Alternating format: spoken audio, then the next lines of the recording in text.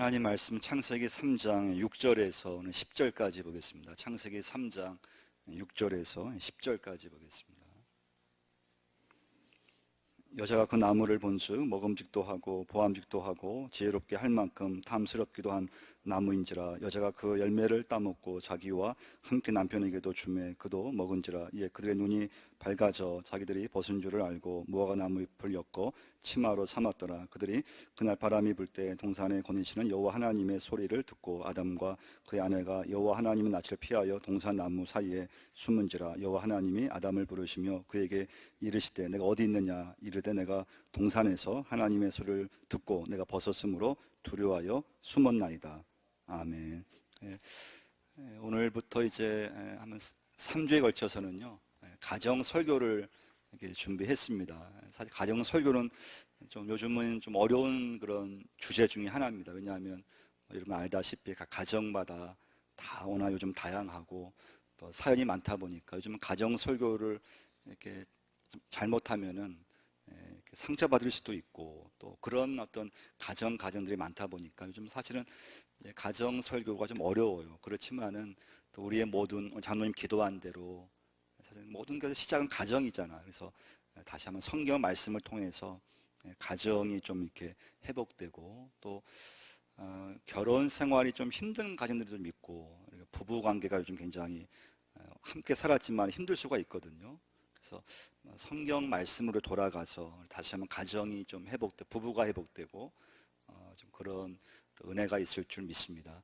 오늘 말씀 보시면요, 이제 아담과 하와가 선악과를 이렇게 먹고 나서 달라진 게 있어요. 달라진 게 뭔가 하면요, 그 전까지는 뭐 몸을 벗었지만은 부끄러움이 없었거든요. 근데 선악과를 따먹고 나서 갑자기 부끄러워지기 시작했어요. 그 전에는 서로 이렇게 뭐 마주 봐도 눈을 이렇게 마주쳐도 그냥 좀 감사하고 아름답고 행복한 그런 눈이었어요. 근데 이제 불편하기 시작한 거예요. 그러니까 여러분, 이제 죄라고 하는 것은 이제 우리 사람으로 하여금 불편하게 만들어요. 그래서 서로 바라볼 때도 불편하고, 그러니까 부부도 불편한 거예요. 오늘 첫 번째 메시지는요, 그럼 아담과 하와가 죄를 범하고 나서 제일 처음 행동은 무엇인가 하면 가리고 숨는 거였다고 하는 거예요. 오늘 본문 한번 7절과 8절 한번 보시면요, 같이 한번 읽어보겠습니다. 이에 그의 눈이 밝아져 자기들이 벗은 줄을 알고 무화과 나무 잎을 엮어 치마로 삼았더라. 그들이 그날 바람이 불 때 동산에 거니시는 여호와 하나님의 소리를 듣고 아담과 그의 아내가 여호와 하나님의 낯을 피하여 동산 나무에 숨은지라. 그러니까 제일 처음 한 것은 이제 가리운 거죠. 이건 이제 수치감, 부끄러움 때문에 가린 거예요. 그리고 숨은 거 왜 숨었는가 하면 하나님과 관계에서 죄책감이 들었거든요. 여러분, 타이거 우즈라고 하는 유명한 선수가 있어요. 근데 그 선수는 그 전까지는 뭐 가정도 모범적이고 하여튼 운동 선수도 최고예요. 근데 이제 그게 문제가 있었죠. 그는 가는 곳마다 사실은 여자를 숨겨놨던 거예요. 대회를 참석하는 장소마다 여자가 있었어요. 여자를 숨겨놨어요. 그게 이제 드러나기 시작하죠. 불륜이 드러나기 시작했어요.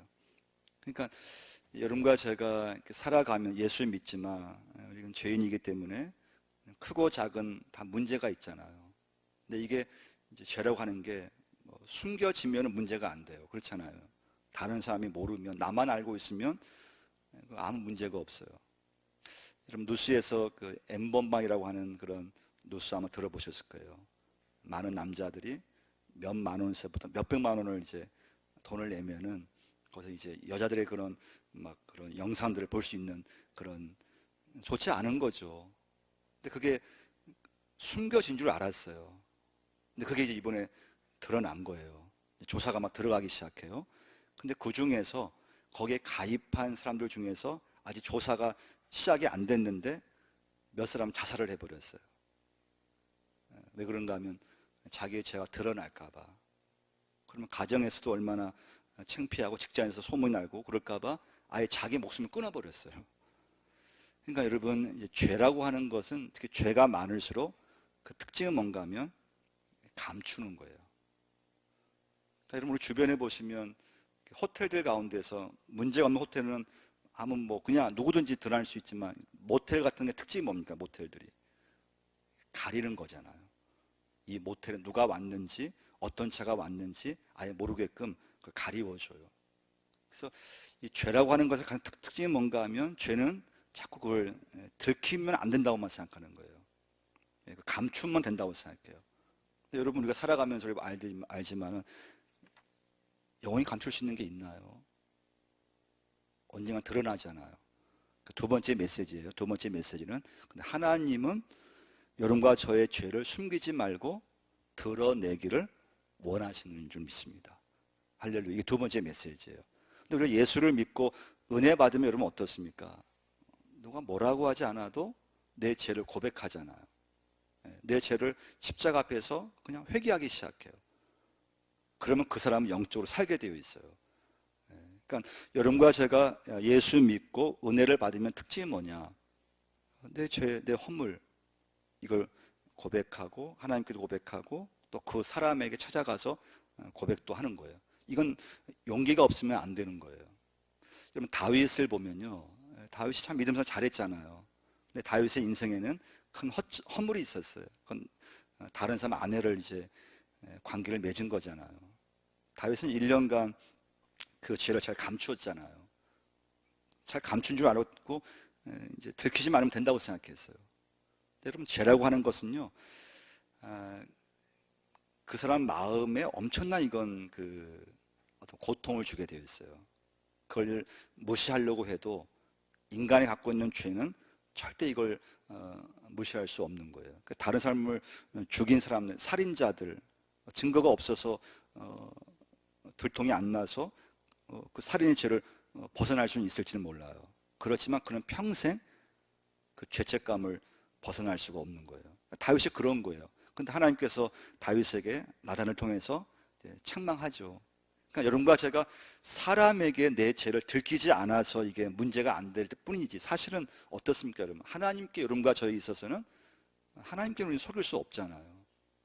다윗이 자기 죄를 딱 1년 만에 고백하게 됐죠. 그때 다윗은 그냥 사과 같았던 거예요. 그 전까지는 죄 때문에 그걸 숨기려고 애를 썼고 그것 때문에 막 영적 고통이 대단했는데 하나님께서 말씀을 주시고 다윗의 죄를 지키는 순간에 하나님께 무릎을 꿇었잖아요. 그리고 다윗은 영적으로 살아난 거예요. 할렐루야.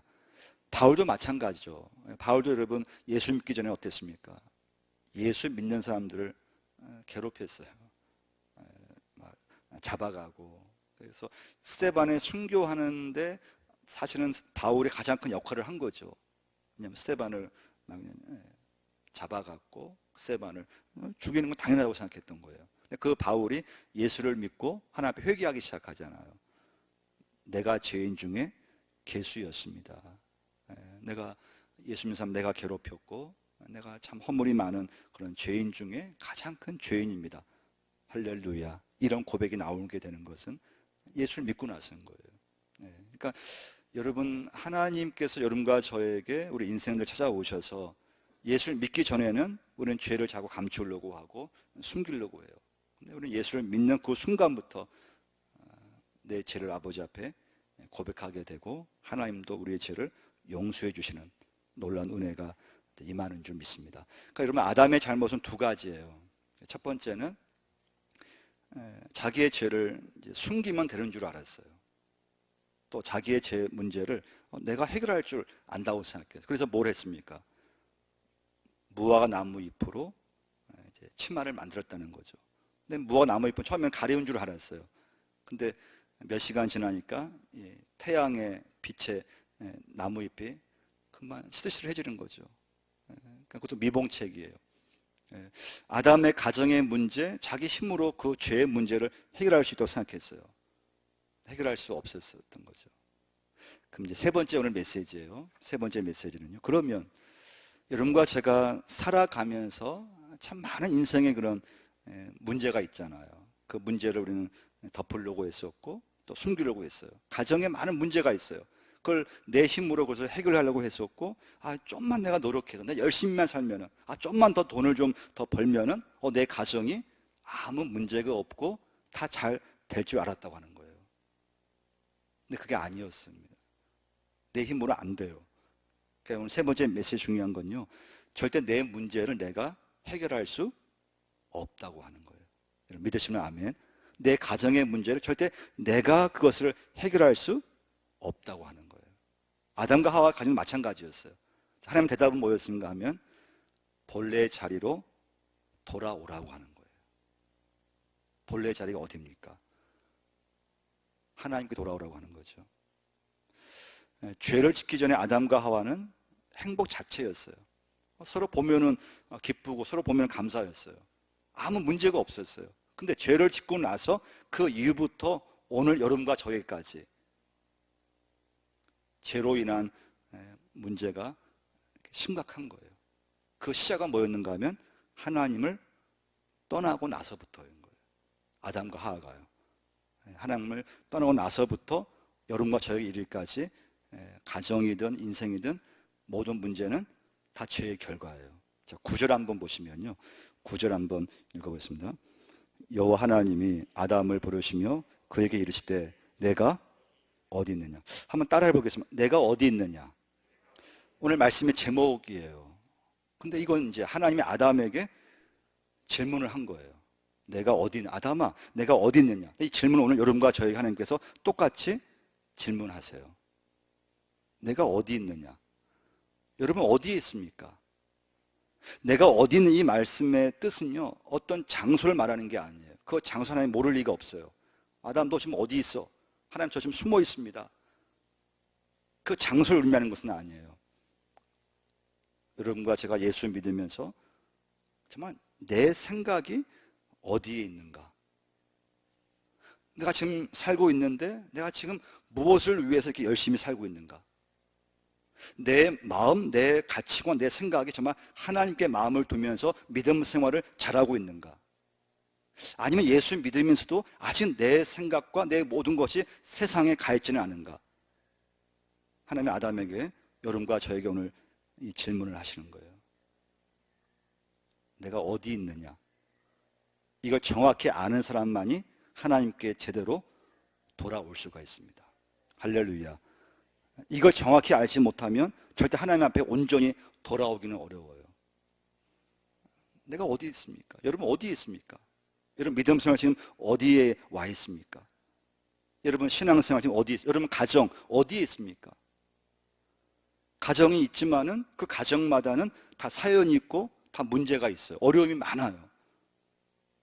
내 가정, 내 위치, 내 지금 영적 상태를 정확히 아는 사람만이, 그 가정만이 제대로 하나님께 돌아올 수 있다고 하는 거예요. 그게 오늘 본문의 말씀이에요. 하나님께서 원하시는 것이 무엇인가 하면 하나님께 돌아오라고 하는 것입니다. 내 가정의 문제, 그걸 내 힘으로 해결할 수 없다고 하는 거예요. 우리 한번 창세기 3장 우리 21절도 한번 보시면요. 21절 한번 읽어보겠습니다. 여호와 하나님이 아담과 그의 아내를 위하여 가죽 옷을 지어 입히시니라. 여호와 하나님이 아담과 그의 아내를 위해서 뭘 지어 입히셨습니까? 가죽 옷이에요. 이 본문을 뭐라고 하는가 하면 원복음이라고 해요. 원복음. 성경 말씀에서 제일 처음 하나님께서 인간의 죄를 용서하신 사건이 이 말씀, 이 구절이에요. 하나님이 아담과 하와를 위해서 가죽 옷을 지어서 입히셨어요. 가죽 옷을 지어 입히시면 뭘 해야 됩니까? 동물을 잡아야 돼요. 동물을 잡아서 피를 흘려야 돼요. 그 동물이 아담과 하와의 죄를 용서해 준 대속의 피가 된 거예요. 이 사건이 예수님께서 십자가에서 돌아가심으로 예수님께서 희생 제물이 되셔서 예수의 피를 통해서 여러분과 저도 예수를 믿으면서 우리의 죄가 용서함 받았다고 하는 거예요. 할렐루야. 그런데 우리는 죄인이기 때문에 우리는 죄를 지으면 그걸 자꾸 우리는 숨기려고 해요. 근데 그게 이제 드러나는 순간에 가정에 어려움이 오고 인생에 어려움이 오고 하나님은 그것을, 그 죄의 문제를 어떻게 해결하고 하시느냐? 십자가에서 드러내라고 말씀해 주고 있어요. 내 힘을 드러내는 것이 아니에요. 하나님의 은혜를 내게 주시면은 나도 모르게 내가 살아오면서 겪은 많은 그런 허물들, 그걸 하나님 앞에 고백하기 시작해요. 그래서 여러분, 우리 인생의 모든 가정의 답, 모든 문제 해결의 답은 여러분과 저에게 있는 것이 아니고 오직 예수 그리스도 하나님께 그 답이 있는 줄 믿습니다.